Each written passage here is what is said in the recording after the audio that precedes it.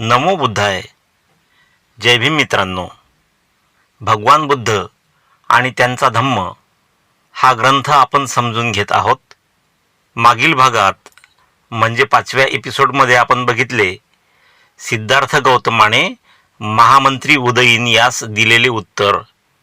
त्यानंतर सिद्धार्थ गौतमाचा संघात प्रवेश आणि सिद्धार्थ गौतमाचा संघाशी झालेला संघर्ष. आजच्या या भागामध्ये आपण बघणार आहोत सिद्धार्थ गौतमाची देश त्यागाची तयारी. मार्ग सापडला, परिव्रज्या, निरोप आणि गृहत्याग.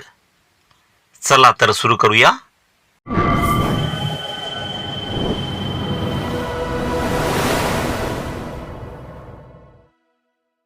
जोशाबा या यूट्यूब चॅनलवर मी सुमेध सिरसाट आपले स्वागत करतो. मित्रांनो, सुरू करूया 6वा एपिसोड. शाक्य संघाच्या सभेत सिद्धार्थ गौतमाने मांडलेली सूचना बहुमताने अमान्य करण्यात आली आणि सेनापतीचा प्रस्ताव, जो युद्धाचा प्रस्ताव होता, तो बहुमताने संमत झाल्याचे घोषित करण्यात आले. पुढे बघूया देश त्यागाची तयारी. दुसरे दिवशी युद्धासाठी सैन्याची उभारणी करण्यासंबंधीच्या आपल्या योजनेचा संघाने विचार करावा म्हणून सेनापतीने शाक्य संघाची दुसरी सभा बोलावली. पहिल्या दिवशी सेनापतीचा प्रस्ताव मंजूर झाला. त्यानंतर दुसऱ्या दिवशी अगोदरच्या मंजूर झालेल्या प्रस्तावानुसार सैन्याची उभारणी करण्यासंबंधी जी सेनापतीची योजना होती त्या योजनेचा संघाने विचार करावा म्हणून सेनापतीने शाक्य संघाची दुसरी सभा बोलावली. संघाची सभा भरल्यावर कोलियांशी युद्ध करण्यासाठी 20 ते 25 वर्षे वयाच्या प्रत्येक शाक्य पुरुषाने सैन्यात दाखल व्हावे अशी घोषणा करण्यास संघाने मला परवानगी द्यावी असा सेनापतीने ठराव मांडला. संघाच्या अगोदरच्या सभेत म्हणजेच अगोदरच्या दिवशी झालेल्या सभेत ज्यांनी युद्धाची घोषणा करण्याच्या बाजूने मत प्रदर्शित केले होते, म्हणजे ज्या लोकांनी युद्धाची घोषणा करावी असे मत प्रदर्शित केले होते, असे मत मांडले होते, व ज्यांनी त्या विरुद्ध मत दिले होते, म्हणजे युद्धाच्या विरुद्ध ज्यांनी मत दिले होते, अशा दोन्ही बाजूंकडचे लोक सभेस उपस्थित होते. ज्यांनी युद्ध पुकारण्याच्या बाजूने अनुकूल मत प्रदर्शित केले होते, अनुकूल म्हणजे त्यांच्या बाजूने मत प्रदर्शित केले होते म्हणजे दाखवले होते, त्यांना सेनापतीचा ठराव स्वीकारण्यात काही एक अडचण नव्हती, कारण त्यांनी युद्धाच्या बाजूनेच मत मांडले होते. म्हणून युद्धासाठी सैन्य उभारणीचा जो प्रस्ताव होता त्याला स्वीकारण्यात त्यांना काही अडचण नव्हती. त्यांच्या अगोदरच्या निर्णयाचा तो स्वाभाविक परिणाम होता. त्यांनी जो अगोदर निर्णय दिला होता, जे मत अगोदर मांडलं होतं, त्याचाच तो स्वाभाविक परिणाम होता. म्हणजेच त्यांनी युद्धाच्या बाजूने मत मांडलं होतं. म्हणून युद्ध करायचं म्हणजे त्यासाठी सैनिक लागणारच, म्हणून त्यांच्या त्या अगोदरच्या निर्णयाचा तो स्वाभाविक परिणाम होता. परंतु ज्या अल्पसंख्याकांनी त्या निर्णयाविरुद्ध मत व्यक्त केले होते, म्हणजे अल्पसंख्य असलेल्या अशा लोकांनी, म्हणजे कमी संख्येने असलेल्या लोकांनी, ज्यांनी युद्धाच्या विरुद्ध, युद्धाच्या निर्णयाच्या विरुद्ध मत व्यक्त केले होते, त्यांच्यापुढे प्रश्न निर्माण झाला होता. त्यांच्यापुढे प्रश्न होता की बहुसंख्याकांच्या पुढे नमावे की नमू नये. बहुसंख्याक कोण होते? बहुसंख्याक म्हणजे ज्यांना युद्ध पाहिजे होते असे, आणि अल्पसंख्याक म्हणजे ज्यांना युद्ध नको होते असे. मग ज्यांना युद्ध नको होते अशा अल्पसंख्याकांच्या मनात प्रश्न होता, त्यांच्या पुढे प्रश्न निर्माण झाला होता की बहुसंख्याकांच्या पुढे नमावे म्हणजे माघार घ्यावी की माघार घेऊ नये. अल्पमतवाल्यांनी निश्चय केला होता की, अल्पमतवाले म्हणजे युद्धाच्या विरुद्ध असलेले, यांनी निश्चय केला होता की बहुमतवाल्यांच्या पुढे नमायचे नाही. बहुमतवाले म्हणजे युद्ध पाहिजे असणारे, त्यांच्या पुढे आपण नमायचे नाही. आणि याच कारणामुळे सभेत उपस्थित राहण्याचा त्यांनी निर्णय घेतला होता. दुर्दैवाने त्यांच्यापैकी कुणालाही असे उघडपणे सांगण्याचे मनोधैर्य नव्हते. दुर्दैव असं की हे जे अल्पमतावाले होते, म्हणजेच अल्पसंख्याक होते, म्हणजेच ज्यांना युद्ध नको होते, त्यांच्यापैकी कुणालाही उघडपणे सांगण्याचे मनोधैर्य म्हणजे हिम्मत नव्हती. त्यांना आपलं मत उघडपणे सांगण्याची त्यांच्यामध्ये हिम्मत नव्हती. कदाचित त्यांना बहुमतवाल्यांना विरोध करण्यापासून होणाऱ्या परिणामाची जाणीव असावी. कदाचित असं होऊ शकते की त्यांना आपण जर बहुमतवाल्यांना विरोध केला तर त्यामुळे काय परिणाम होतील याची त्यांना जाणीव असावी. जेव्हा सिद्धार्थाने पाहिले की आपणास पाठिंबा देणारे मौन धारण करून बसले आहेत, सिद्धार्थाला पाठिंबा देणारे लोक म्हणजे ज्यांना युद्ध नको होतं असे लोक मौन धारण करून बसले आहेत, म्हणजे ते काहीही न बोलता शांत बसलेले होते. तेव्हा तो उभा राहिला, सिद्धार्थ उभा राहिला व संघाला उद्देशून म्हणाला, मित्र हो, तुम्हाला जे वाटेल ते तुम्ही करा. तुमच्या बाजूला बहुमत आहे, परंतु मला खेदाने म्हणावे लागत आहे की सैन्य भरतीच्या तुमच्या निर्णयाला मी विरोध करीन.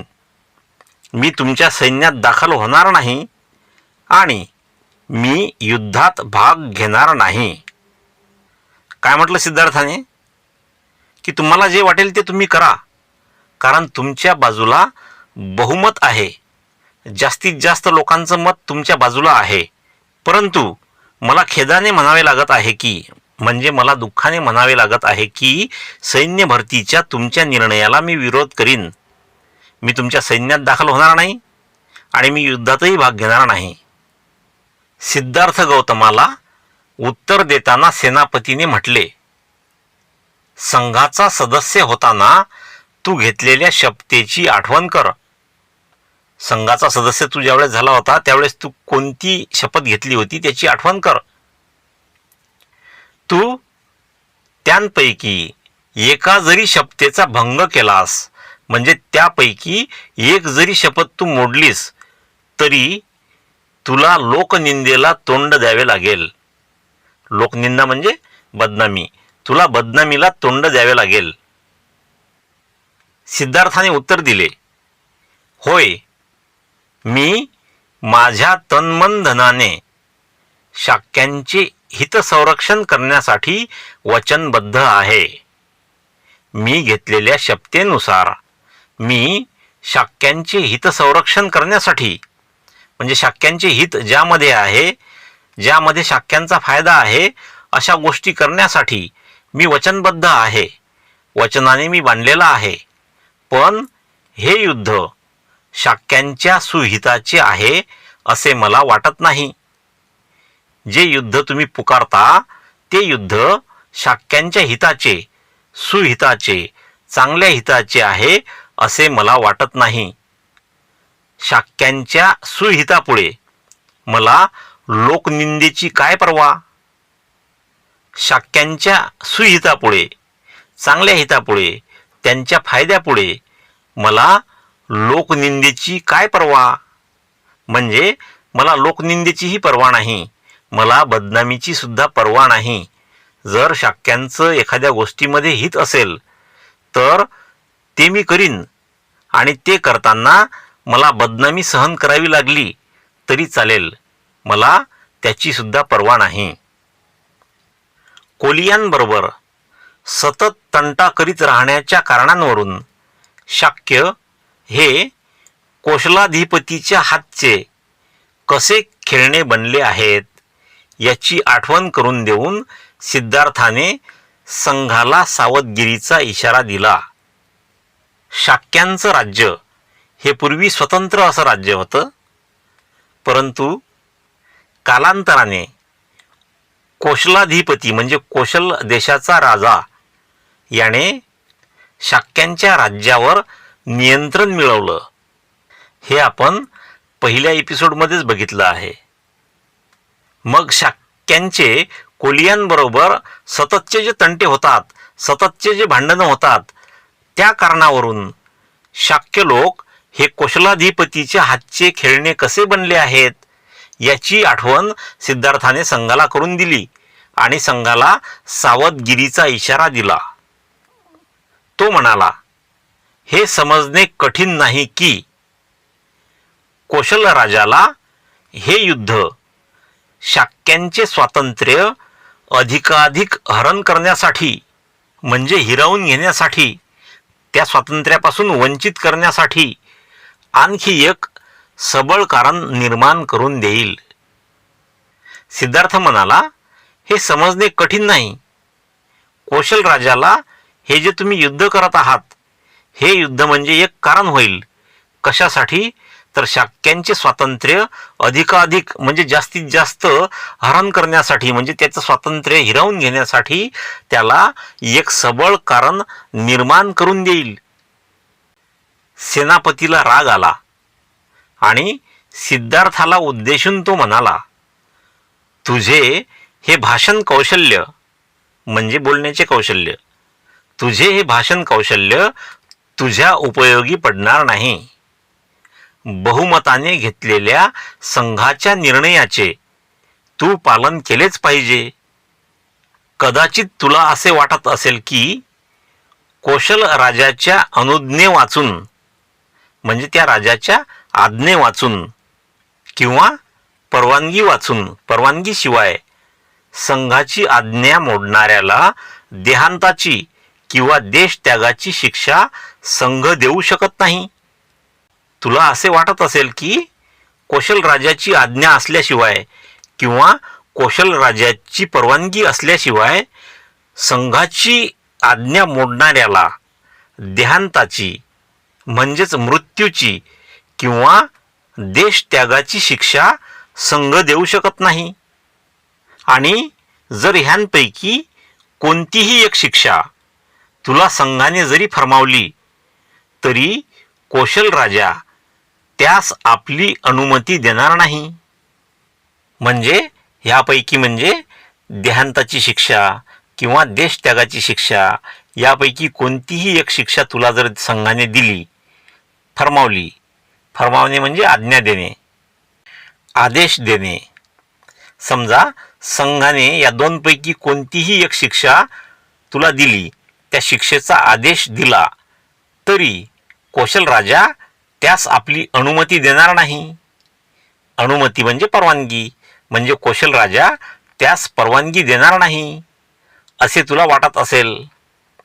पण लक्षात ठेव, तुला शासन करण्याचे संघाजवळ दुसरे मार्ग आहेत. लक्षात ठेव, तुला शासन करण्याचे म्हणजे तुला शिक्षा देण्याचे संघाजवळ दुसरे मार्ग आहेत. संघ तुझ्या कुटुंबावर सामाजिक बहिष्कार टाकू शकेल. बहिष्कार टाकणे म्हणजे वाळीत टाकणे किंवा समाजातून बाहेर टाकणे किंवा सामाजिक संबंध तोडणे, ज्याला इंग्लिशमध्ये बॉयकॉट करणे असे सुद्धा म्हणतात. संघ तुझ्या कुटुंबावर सामाजिक बहिष्कार टाकू शकेल. तुझ्या कुटुंबाला संघ समाजातून बाहेर टाकू शकेल आणि संघ तुझ्या कुटुंबाची जमीन जप्त करू शकेल. याकरिता कोशल राजाची अनुमती मिळविण्याची संघाला आवश्यकता नाही. म्हणजेच देहांताची किंवा देशत्यागाची शिक्षा देण्यासाठी कौशल राजाची अनुमती आवश्यक होती आणि बहिष्कार टाकण्यासाठी किंवा जमीन जप्त करण्यासाठी कौशलाधिपतीची परवानगी आवश्यक नव्हती. कोलियांशी युद्ध करण्याच्या संघाच्या योजनेला विरोध करीत राहण्यामुळे दुष्परिणाम भोगावे लागतील याची सिद्धार्थाला जाणीव झाली. त्याला 3 पर्याय विचारात घ्यावे लागले. म्हणजेच त्याच्यापुढे 3 पर्याय होते. एक म्हणजे सैन्यात दाखल होऊन युद्धात सामील होणे. दुसरा, देहांत शासनाला किंवा देशत्यागाला संमती देणे, म्हणजे मृत्यूची शिक्षा अथवा देशत्यागाची शिक्षा याला संमती देणे. आणि तिसरा, आपल्या कुटुंबियांवर सामाजिक बहिष्कार ओढवून घेऊन त्यांच्या मालमत्तेची जप्ती होऊ देण्यास तयार होणे. पहिला पर्याय न स्वीकारण्याबद्दल त्याचा निर्धार होता आणि पहिला पर्याय म्हणजे सैन्यात दाखल होऊन युद्धात सामील होणे आणि युद्धाला त्याने पूर्वीच विरोध केला होता. तिसऱ्या पर्यायाविषयीचा विचारच त्याला असह्य झाला. तिसरा पर्याय म्हणजे आपल्या कुटुंबियांवर सामाजिक बहिष्कार ओढवून घेणे आणि त्यांच्या मालमत्तेची जप्ती होऊ देणे याचा विचारच त्याला असह्य झाला, म्हणजे सहन झाला नाही. या स्थितीत त्याला दुसरा पर्यायच अधिक योग्य वाटला.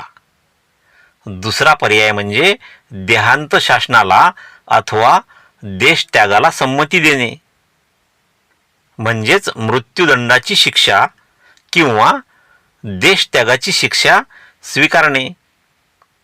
त्यानुसार सिद्धार्थ संघाला उद्देशून म्हणाला, कृपा करून माझ्या कुटुंबियांना शासन करू नका.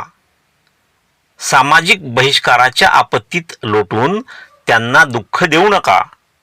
सामाजिक बहिष्काराची जी आपत्ती आहे, जे संकट आहे, त्यात लोटून त्यांना दुःख देऊ नका. त्यांच्या उपजीविकेचे एकमेव साधन असलेली त्यांची शेती हिरावून घेऊन त्यांची उपासमार करू नका. शेती हे त्यांच्या उपजीविकेचे साधन आहे, म्हणजे उदरनिर्वाहाचे साधन आहे.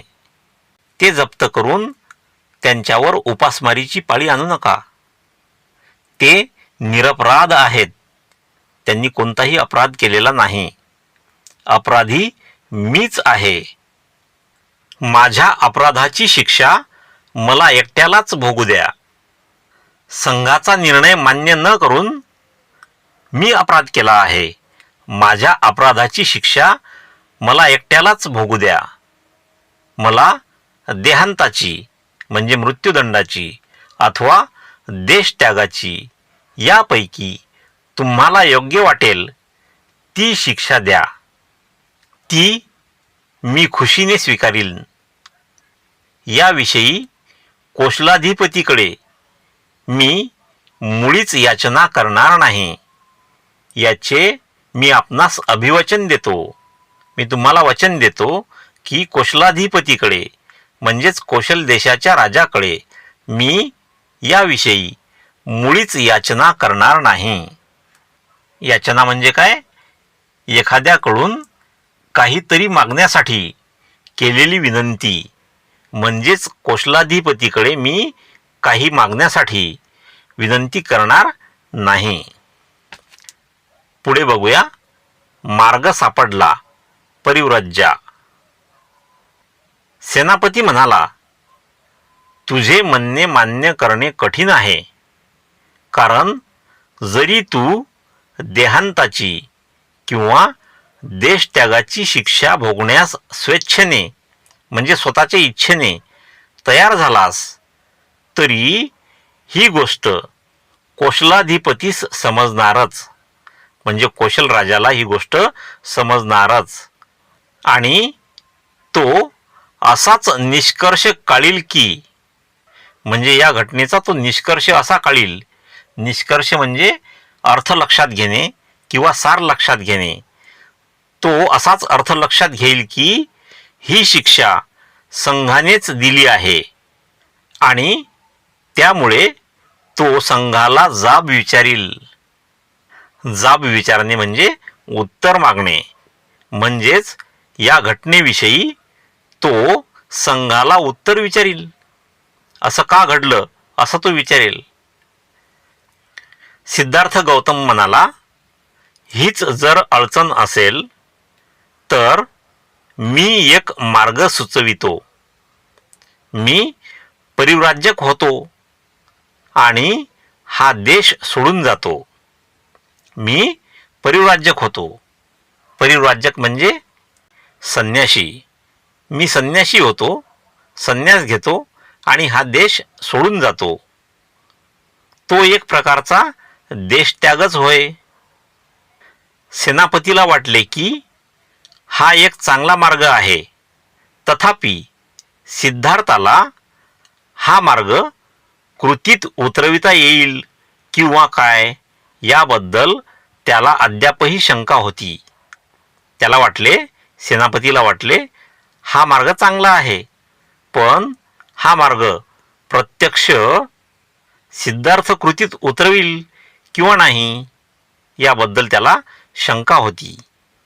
म्हणून सेनापतीने सिद्धार्थाला विचारले, तुझ्या आईवडिलांची आणि पत्नीची संमती घेतल्या वाचून तुला परिव्राजक कसे होता येईल? म्हणजे तुला परिव्राजक होण्यासाठी म्हणजे संन्यासी होण्यासाठी तुला तुझ्या आईवडिलांची आणि पत्नीची संमती घ्यावी लागेल. आपण त्यांची संमती मिळविण्याचा आटोकाट प्रयत्न करू, असे सिद्धार्थाने त्याला अभिवचन दिले. म्हणजे आईवडिलांची आणि पत्नीची संमती मिळवण्याचा मी आटोकाट प्रयत्न करीन. आटोकाट म्हणजे पूर्णपणे, संपूर्णपणे मी प्रयत्न करीन, असे सिद्धार्थाने त्याला अभिवचन दिले. आणि तो म्हणाला, त्यांची संमती मिळो वा न मिळो, म्हणजे त्यांनी संमती देवो का ना देवो, हा देश त्वरित म्हणजे लवकरात लवकर, ताबडतोब सोडून जाण्याचे मी तुम्हाला वचन देतो. सिद्धार्थाने सुचविलेला मार्ग हाच या बिकट समस्येतून सुटण्याचा उत्तम मार्ग आहे असे संघाला वाटले आणि त्याने तो मान्य केला. म्हणजे हा जो मार्ग आहे, सिद्धार्थाने सुचवलेला मार्ग जो आहे, हाच मार्ग या बिकट समस्येतून म्हणजे कठीण समस्येतून सुटण्याचा उत्तम म्हणजे चांगला मार्ग आहे असे संघाला वाटले आणि त्या संघाने तो मार्ग स्वीकारला, मान्य केला. सभेचे कार्य संपल्यानंतर संघसभा विसर्जित होण्यापूर्वीच म्हणजे सभा डिझॉल्व होण्यापूर्वीच एक तरुण शाक्य आपल्या जागेवर उठून उभा राहिला आणि म्हणाला, कृपा करून माझं म्हणणं ऐका.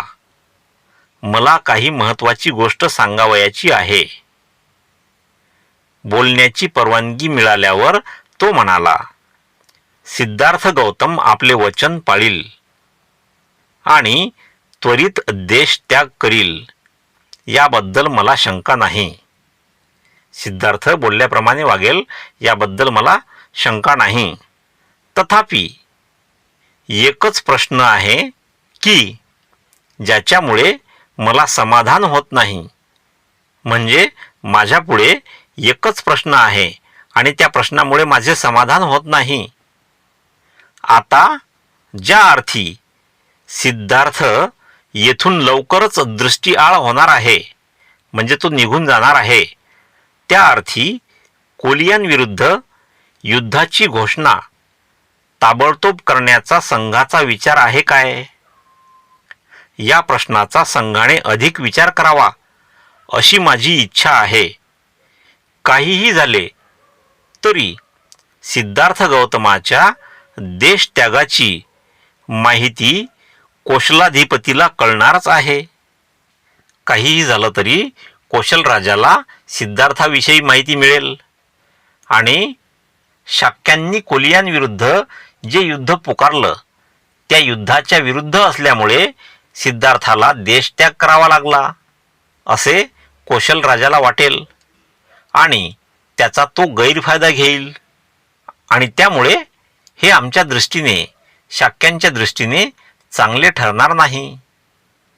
म्हणून मी पुन्हा सुचवितो की सिद्धार्थ गौतमाचा देशत्याग व कोलियांशी प्रत्यक्ष युद्धाचा प्रारंभ यांच्यात काही काळ जाऊ द्यावा. म्हणजे कोशलाधिपतीला या दोन घटनांमध्ये संबंध जोडण्यास वाव मिळणार नाही. या दोन घटनांचा संबंध त्याला जोडता येणार नाही. संघाला पटले की ही फारच महत्त्वाची सूचना आहे आणि तात्कालिक निर्णयाच्या दृष्टीने म्हणजे ताबडतोबच्या निर्णयाच्या दृष्टीने ही सूचना स्वीकारण्याचे संघाने मान्य केले. अशा प्रकारे शाक्य संघाची ही दुःख पर्यवसायी सभा संपली. दुःख पर्यवसायी म्हणजे दुःख उत्पन्न करणारी किंवा दुःख निर्माण करणारी सभा संपली आणि ज्यांचा युद्धाला विरोध होता परंतु तसे सांगण्याचे ज्यांना धैर्य नव्हते, म्हणजे ज्या लोकांचा युद्धाला विरोध होता परंतु सांगण्याची हिंमत त्यांच्यामध्ये नव्हती, अशा अल्पसंख्य सदस्यांनी या भयानक परिणामाच्या आपत्तीतून पार पडल्याबद्दल सुटकेचा निश्वास सोडला. म्हणजे या आपत्तीतून ते पार पडले होते, म्हणजे सुटले होते. त्यांच्यावर सुद्धा अशी आपत्ती येऊ शकली असती सिद्धार्थ गौतमासारखी, जर त्यांनी विरोध दाखविला असता तर. आणि या आपत्तीतून, या संकटातून ते सुटले म्हणून त्यांनी सुटकेचा निश्वास सोडला. निश्वास सोडणे म्हणजे बाहेर श्वास टाकणे. पुढे बघूया निरोप. शाक्य संघाच्या सभेत जे काही घडले त्याचा वृत्तांत सिद्धार्थ गौतम घरी परतण्यापूर्वीच बराच वेळ अगोदर राजवाड्यात पोहोचला होता. म्हणजे शाक्यांच्या सभेत जे काय घडले त्याची सर्व माहिती सिद्धार्थ घरी पोहोचण्याच्या अगोदरच राजवाड्यात म्हणजेच सिद्धार्थाच्या घरी पोहोचली होती. कारण घरी परतताच सिद्धार्थ गौतमाने पाहिले की त्याचे माता पिता रडत आहेत व ते फार दुःखमग्न झाले आहेत. शुद्धोधन म्हणाला, आम्ही युद्धाच्या दुष्परिणामाची चर्चा करीत होतो, पण तू या थरापर्यंत जाशील हे मला कधीच वाटले नाही. म्हणजे युद्धाचे जे दुष्परिणाम आहेत, युद्धामुळे जे काही वाईट परिणाम होतील त्याची फक्त आम्ही चर्चा करीत होतो, पण तू या थरापर्यंत जाशील हे मला कधीच वाटले नाही. सिद्धार्थाने उत्तर दिले, मला सुद्धा गोष्टी या थराला जाऊन पोहोचतील असे वाटले नव्हते. म्हणजे ही गोष्ट या थरापर्यंत जाईल असे मला वाटले नव्हते. शांततेच्या समर्थनासाठी माझ्या युक्तिवादाने मी शाक्यांची मने वळवू शकेन अशी मला खात्री होती. शांततेच्या समर्थनासाठी माझ्या युक्तिवादाने, युक्तिवाद म्हणजे विरुद्धचे मत, ज्याला इंग्लिशमध्ये आपण आर्ग्युमेंट असे सुद्धा म्हणतो, माझ्या आर्ग्युमेंटमुळं मी शाक्यांची मने वळवू शकेन अशी मला आशा होती. दुर्दैवाने आपल्या सेनाधिकाऱ्याने आपल्या लोकांच्या भावना अशा काही चेतविल्या होत्या, म्हणजे अशा काही भडकविल्या होत्या की माझ्या म्हणण्याचा त्यांच्यावर काही एक परिणाम झाला नाही. तथापि मी परिस्थितीला अधिक बिघडण्यापासून कसे सावरून धरले हे आपल्या लक्षात आले असेलच. सत्य आणि न्याय यांपासून मी परावृत्त झालो नाही. म्हणजे मी सत्य आणि न्यायापासून दूर गेलो नाही. परावृत्त होणे म्हणजे दूर जाणे. मी सत्य आणि न्याय यापासून दूर गेलो नाही आणि सत्याचा आणि न्यायाचा मी पुरस्कार केल्यामुळे जी काही शिक्षा करण्यात येणार होती ती मी माझ्या स्वतःवरच ओढवून घेण्यात यशस्वी झालो. ती शिक्षा मी स्वतःवरच ओढवून घेतली. शुद्धोधनाचे या योगाने समाधान झाले नाही. सिद्धार्थाच्या बोलण्याने शुद्धोधनाचे समाधान झाले नाही. तो म्हणाला, आमचे काय होणार याचा तू विचारच केला नाहीस. पण मी याच कारणामुळे परिव्राजक होण्याचे स्वीकारले. सिद्धार्थाने उत्तर दिले, म्हणजे तुमचा विचार करूनच मी परिव्राजक होण्याचे म्हणजे संन्यासी होण्याचे स्वीकारले. सिद्धार्थाने उत्तर दिले, शाक्यांनी जर तुमची जमीन जप्त करण्याची आज्ञा दिली असती तर याचा काय दुष्परिणाम झाला असता याचा तर आपण विचार करा. पण तुझ्याशिवाय आम्हाला या जमिनीचा काय उपयोग आहे. म्हणजे तूच नाहीस तर तुझ्याशिवाय आम्ही या जमिनीचं काय करू. शुद्धोधन आक्रंदून म्हणाला. आक्रंदन म्हणजे शोक करणे, विलाप करणे किंवा आक्रोश करणे, म्हणजे दुःख करत शुद्धोधन म्हणाला, सगळ्या कुटुंबानेच हा शाक्यांचा देश सोडून तुझ्याबरोबर अज्ञातवासात का जाऊ नये. अज्ञातवास म्हणजे आपलं नाव लपवून आपल्या देशापासून दूर राहणे, त्याला अज्ञातवास म्हणतात.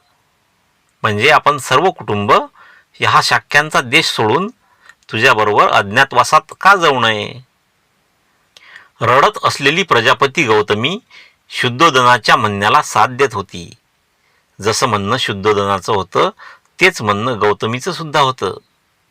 हेच बरोबर आहे. तू आम्हाला अशा स्थितीत टाकून एकटा कसा जाऊ शकतोस. सिद्धार्थ म्हणाला, आई, तू क्षत्रियांची माता आहेस हे तू आजपर्यंत नाही का सांगत आलीस. तू आजपर्यंत सांगत आलीस की तू क्षत्रियांची माता आहेस. हे खरे नाही का. मग तू धैर्य धरले पाहिजेस. तू हिंमत धरली पाहिजेस. हा दुःखावेग तुला शोभत नाही.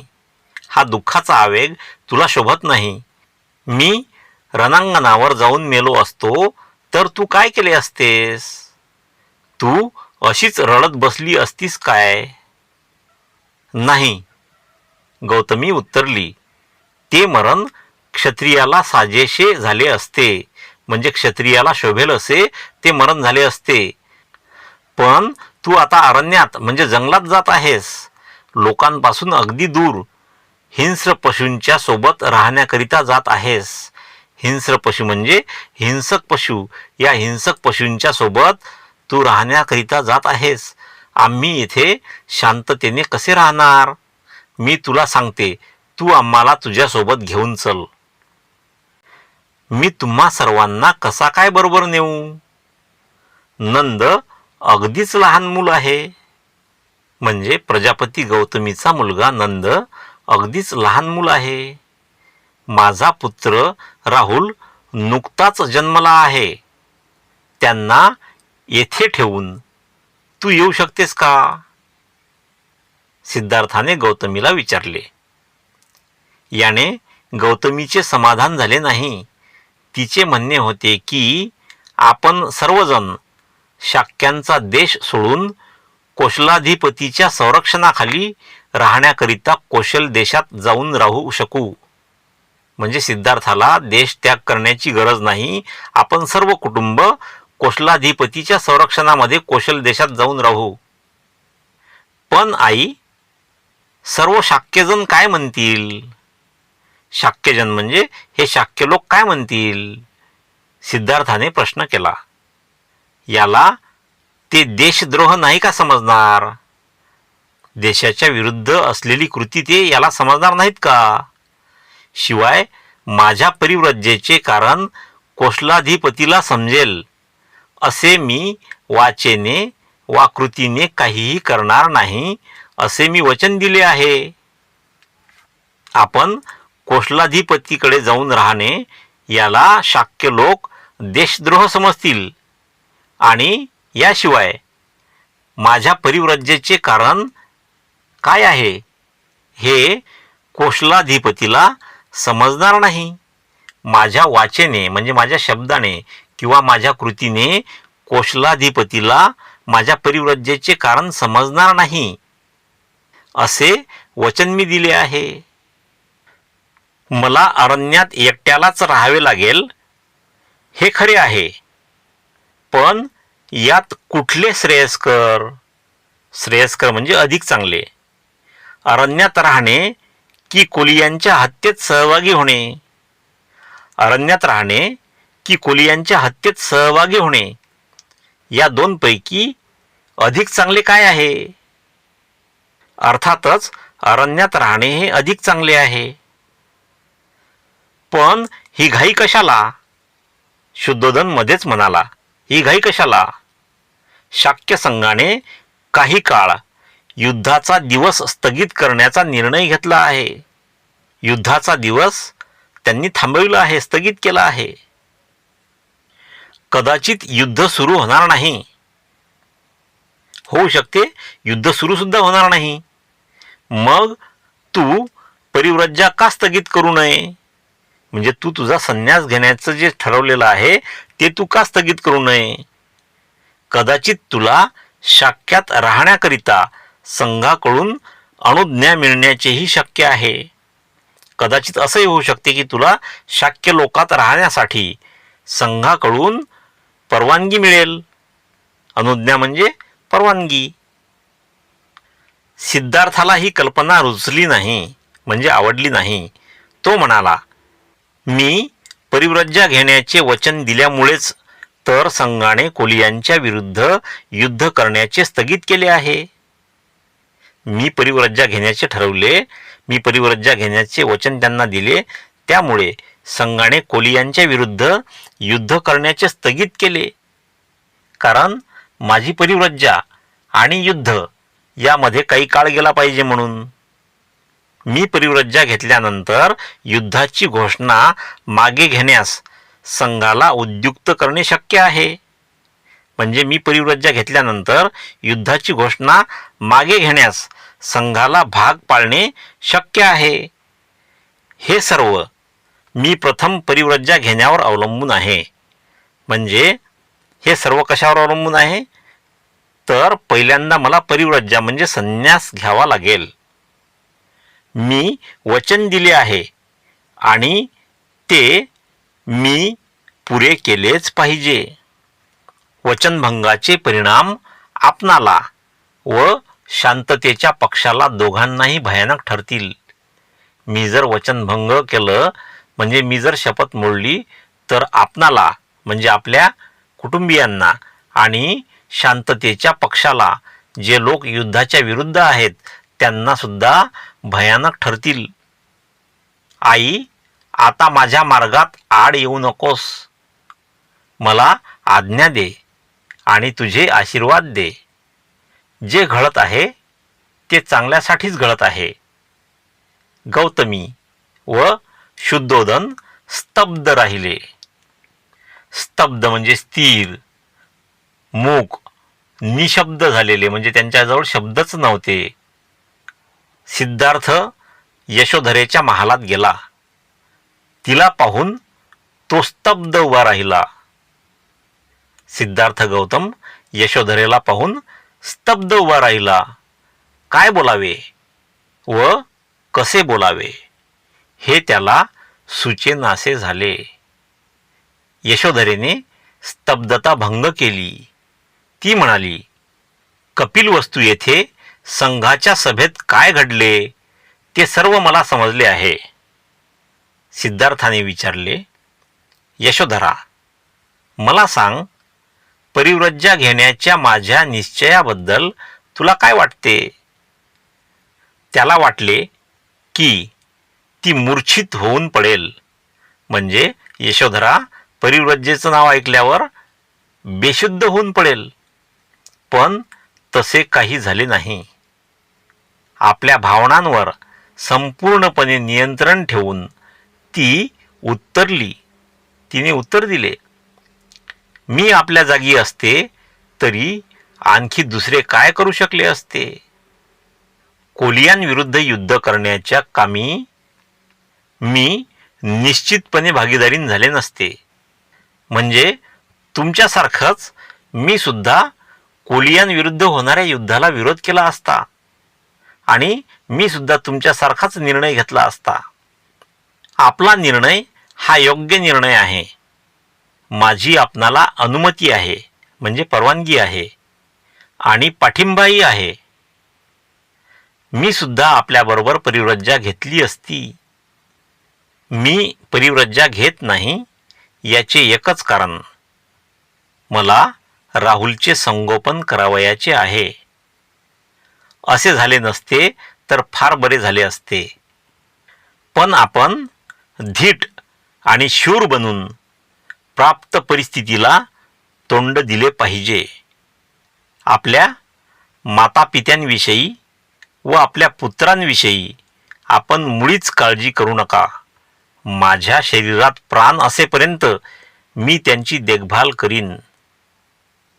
ज्या अर्थी आपल्या जवळच्या प्रियजनांना सोडून आपण परिव्राजक होत आहात, म्हणजे आपल्या जवळच्या प्रिय लोकांना सोडून तुम्ही संन्यास घेत आहात, त्या अर्थी आपण एक असा नवीन जीवनमार्ग शोधून काढा की तो सकल मानवजातीला कल्याणकारी ठरेल. हीच एक केवळ माझी इच्छा आहे. असा जीवनमार्ग तुम्ही शोधून काढा की तो सकल मानवजातीला म्हणजे संपूर्ण मानवजातीला कल्याणकारी ठरेल. हीच माझी इच्छा आहे. याचा सिद्धार्थ गौतमावर फार मोठा प्रभाव पडला. यशोधरा किती शूर, धैर्यवान म्हणजे हिम्मतवान, उदात्त मनाची स्त्री. उदात्त म्हणजे भव्य, थोर किंवा फार मोठ्या मनाची स्त्री आहे याची पूर्वी कधी न आलेली प्रचिती त्याला आली. प्रचिती म्हणजे अनुभवातून समजणे. त्याला अनुभवातून आज समजलं, यापूर्वी त्याला कधीही समजलं नव्हतं. आणि अशी पत्नी लाभल्याबद्दल म्हणजे अशी पत्नी मिळाल्याबद्दल आपण किती भाग्यवान आहोत. आणि अशा पत्नीचा व आपला वियोग दैवाने कसा घडवून आणला. वियोग म्हणजे विरह आणि यालाच हिंदीमध्ये आपण जुदाई असे म्हणतो. अशा पत्नीचा व आपला वियोग दैवाने कसा घडवून आणला याची त्याला प्रथमच कल्पना आली. त्याने राहुलला आणण्यासाठी तिला सांगितले.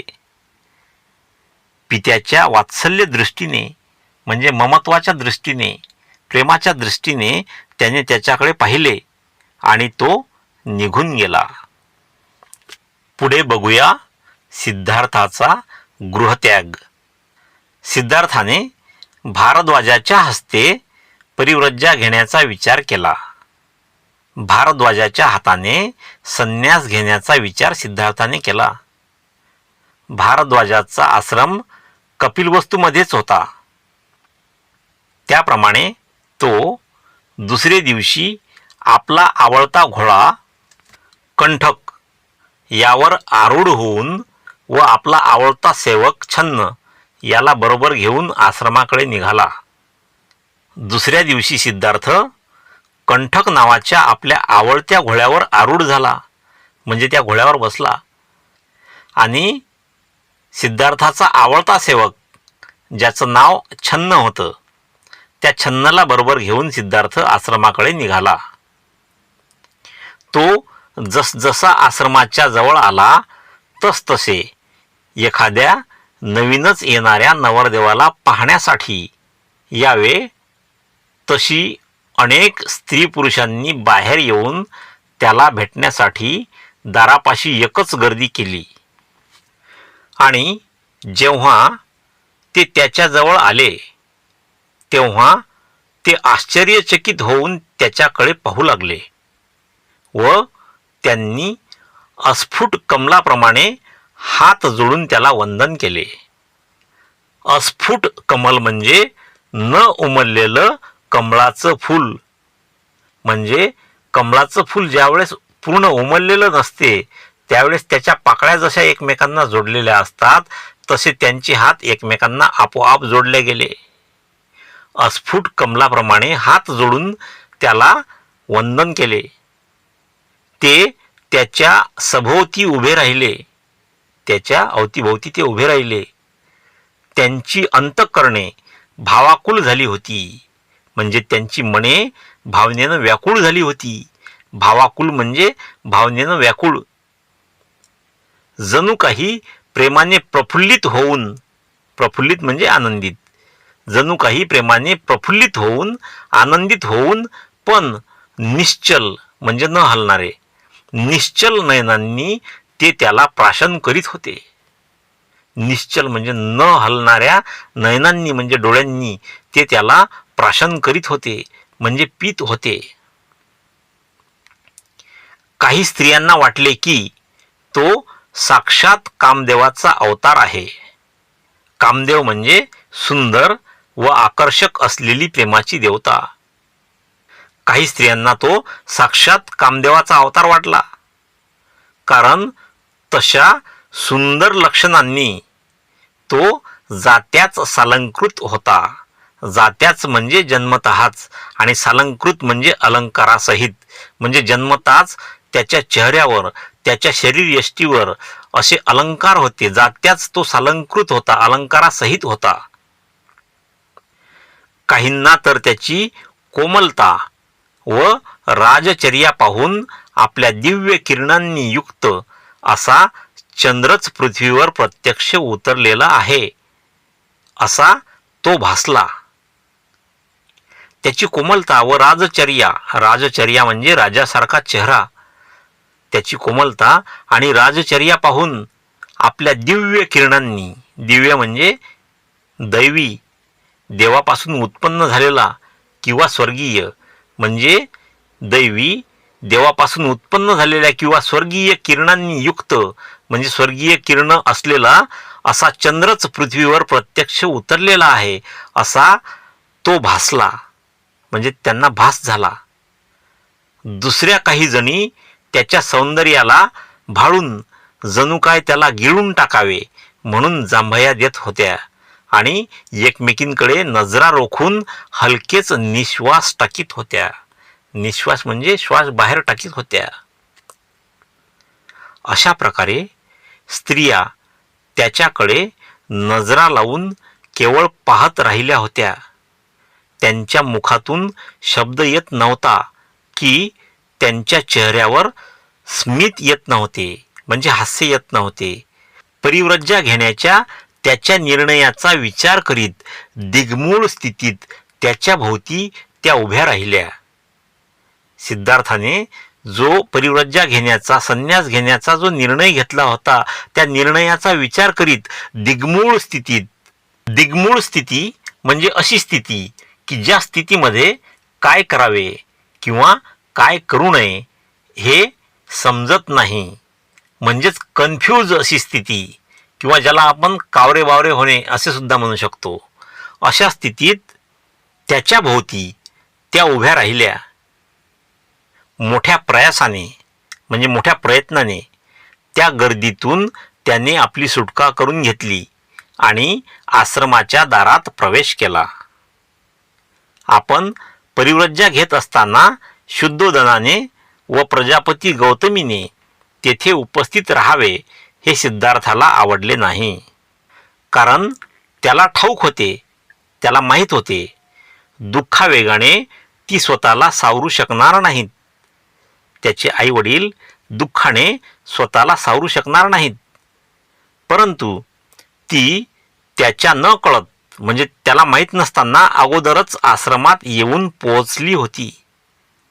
आश्रमाच्या आवारात प्रवेश करताच तेथे जमलेल्या लोकात आपले मातापिता असल्याचे त्याने पाहिले. आपल्या मातापित्यांना पाहताच तो प्रथम त्यांच्याजवळ गेला आणि त्याने त्यांना आशीर्वाद मागितला. त्यांच्या भावना इतक्या दाटून आल्या होत्या की त्यांच्या मुखातून एक शब्दही बाहेर पडत नव्हता. सिद्धार्थाच्या माता आणि पित्याच्या तोंडून एक शब्दही बाहेर पडत नव्हता. त्यांनी रडरडून त्यांना कवटाळून धरले आणि आपल्या अश्रूंनी न्हावून काढले.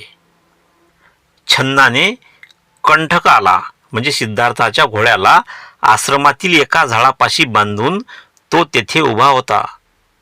शुद्धोदन व प्रजापती रडत असलेली पाहून त्यालाही भरून आले आणि तोही रडू लागला. मोठ्या कष्टाने सिद्धार्थ आपल्या मातापित्यांपासून दूर झाला व छन्न जेथे उभा होता तेथे गेला.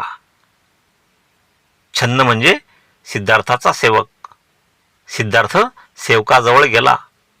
त्याने त्याला आपले कपडे व अलंकार घरी परत नेण्यासाठी दिले. त्याने परिव्राजकाला आवश्यक असे आपले मुंडन करून घेतले, म्हणजे डोक्यावरचे केस कमी केले. त्याचा चुलत भाऊ महानाम याने परिव्राजकाला योग्य अशी वस्त्रे व भिक्षापात्र आणले होते. सिद्धार्थाने ते वस्त्र परिधान केले, म्हणजे सिद्धार्थाने संन्याशाचे परिव्राजकाचे वस्त्र अंगात घातले. अशा प्रकारे परिव्राजकाच्या जीवनात प्रवेश करण्याची पूर्वतयारी करून सिद्धार्थ परिव्रजेची दीक्षा घेण्याकरिता भारद्वाजापाशी गेला. परिव्रजेची दीक्षा घेण्याकरिता भारद्वाजापाशी गेला. परिव्रजेची दीक्षा. दीक्षा या शब्दाचा अर्थ आपण अगोदरच्या एपिसोडमध्ये बघितला आहे. दीक्षा म्हणजे विशिष्ट प्रकारे वागण्याची प्रतिज्ञा करणे. परिव्रजेची दीक्षा घेण्याकरिता सिद्धार्थ भारद्वाजापाशी गेला. भारद्वाजाने आपल्या शिष्यांच्या साहाय्याने आवश्यक तो संस्कार विधी केला. जे काय पूजापाठ वगैरे मंत्रोच्चार करायचा होता ते भारद्वाजाने केला आणि सिद्धार्थ गौतम परिव्राजक झाल्याचे जाहीर केले. परिव्रज्या घेण्याची व विलंब न लावता म्हणजे उशीर न लावता शाक्य राज्याच्या सीमेबाहेर जाण्याची आपण शाक्य संघाच्या समोर दुहेरी प्रतिज्ञा केली असल्याचे स्मरण ठेवून, म्हणजे आपण शाक्य संघासमोर दुहेरी प्रतिज्ञा केली. दुहेरी प्रतिज्ञा कोणती? एक परिव्रज्या घेण्याची आणि दुसरी विलंब न लावता देशत्याग करण्याची. ही दुहेरी प्रतिज्ञा केली असल्याचे स्मरण ठेवून, आठवण ठेवून परिव्रजेचा संस्कार आटोपल्यावर लगेच सिद्धार्थ आपल्या प्रवासाला निघाला. जो जनसमुदाय आश्रमात जमला होता तो नेहमीपेक्षा मोठा होता, कारण गौतमाला परिव्रज्या घ्यावयास लागणारी परिस्थितीच मोठी असाधारण होती. ज्या परिस्थितीमध्ये गौतमाने परिव्रज्या घेतली ती स्थिती मोठी असाधारण होती. ती परिस्थिती साधारण नव्हती, ती असाधारण होती, विशेष होती, एक्स्ट्रा ऑर्डिनरी होती. राजपुत्र आश्रमाच्या बाहेर पडताच तो जनसमुदायही त्याच्या मागोमाग जाऊ लागला. जे लोक जमले होते ते सर्व लोक त्याच्या मागोमाग जाऊ लागले. त्याने कपिलवस्तू सोडले. गौतमाने कपिलवस्तू सोडले आणि तो अनोभा नदीच्या दिशेने जाऊ लागला. त्याने मागे वळून पाहिले तेव्हा तो जनसमुदायही अद्याप त्याच्या मागोमाग येत असलेला त्याने पाहिला. आश्रमात जे लोक त्याच्या आजूबाजूला होते ते सर्व लोक त्याच्या मागोमाग येत असलेले त्याने पाहिले. तो थांबला. सिद्धार्थ थांबला आणि त्या समुदायास उद्देशून म्हणाला, लोकांना उद्देशून म्हणाला, बंधूंनो आणि भगिनींनो, तुम्ही माझ्या मागोमाग येण्यापासून काही उपयोग होणार नाही. मी शाक्य आणि कोलियांच्या मधील झगडा मिटवण्यात अयशस्वी ठरलो आहे. शाक्य आणि कोलियांच्या मध्ये असलेले भांडण मिटविण्यात मी अयशस्वी ठरलो आहे, यशस्वी झालो नाही. परंतु तडजोडीच्या बाजूने तुम्ही लोकमत तयार केले तर तुम्ही कदाचित यशस्वी होऊ शकाल. तुम्ही लोकांनी तडजोडीच्या बाजूने लोकमत तयार केले, म्हणजे युद्धाच्या बाजूने मत न देता तुम्ही तडजोडीच्या बाजूने जर मत तयार केले तर तुम्ही कदाचित यशस्वी होऊ शकाल. म्हणून तुम्ही परत जाण्याची कृपा करा. ही विनंती ऐकून जनसमुदाय मागे परतू लागला. सिद्धार्थाने केलेली विनंती ऐकून लोक मागे परतू लागले. शुद्धोधन व गौतमी राजवाड्याकडे परतले. सिद्धार्थाने टाकून दिलेली वस्त्रे व अलंकार पाहणे गौतमीला असह्य झाले. तिला ते पाहावे वाटत नव्हते. तिला ते सहन होत नव्हते. तिने ती कमळांनी भरलेल्या एका तळ्यात टाकली. सिद्धार्थाचे वस्त्र आणि अलंकार तिने कमळांनी भरलेल्या एका तळ्यात टाकून दिले. परिव्रज्या संन्यास ग्रहण करण्याच्या वेळी सिद्धार्थ गौतमाचे वय अवघे 29 वर्षांचे होते. लोक त्याची आठवण करून त्याची प्रशंसा करून म्हणत, हाच तो श्रेष्ठ कुलोत्पन्न शाक्य, म्हणजे श्रेष्ठ कुलात उत्पन्न झालेला शाक्य, थोर मात्यापित्यांच्या पोटी जन्मलेला, विपुल धनसंपन्न व नवयौवनशाली, बुद्धीने व शरीराने सुसंपन्न असून राजविलासात वाढलेला, म्हणजे सुखसमृद्धीत वाढलेला, पृथ्वीवर शांती नांदावी म्हणून लोककल्याणासाठी तो स्वकीयांशी लढला, म्हणजे आपल्या लोकांशी तो लढला. कशासाठी? पृथ्वीवर शांती नांदावी म्हणून. तो असा शाक्य युवक होता की ज्याने स्वकीयांच्या बहुमतापुढे आपले शिर झुकविले नाहीच, पण स्वेच्छेने त्याने शिक्षा घेण्याचे पत्करले. स्वतःच्या इच्छेने त्याने शिक्षा घेण्याचे पत्करले.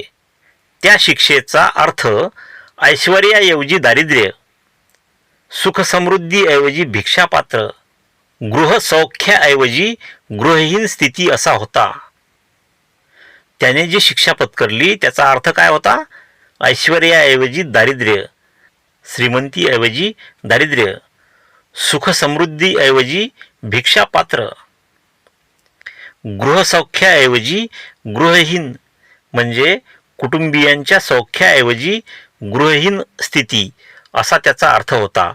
आणि तो अशा तऱ्हेने जात आहे की त्याची काळजी वाहणारे जगात कोणी नाही आणि जगात स्वतःची म्हणून म्हणता येईल अशी कोणतीही वस्तू त्याने सोबत घेतलेली नाही.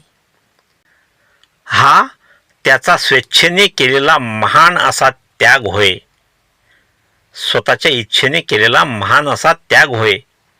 हे त्याचे शौर्याचे व धैर्याचे कृत्य आहे. जगाच्या इतिहासात त्याला तुलना नाही.